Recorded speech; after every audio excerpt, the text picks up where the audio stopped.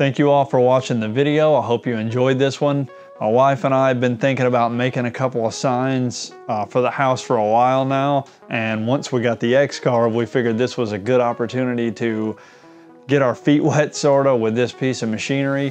There was a little bit of a learning curve with it as far as the different bit sizes and depth of material and stuff like that, but it really wasn't overall that hard to use, and it was really pretty enjoyable once we sort of figured out some of the bugs early on as far as getting this thing to work right.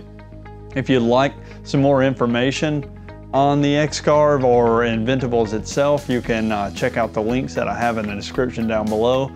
I would like to give a big shout out and thank you to Inventables for becoming a sponsor of this channel and sponsoring this video.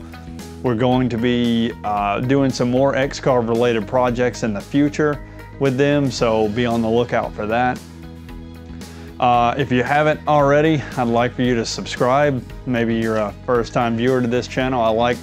I try to put out at least one video every year.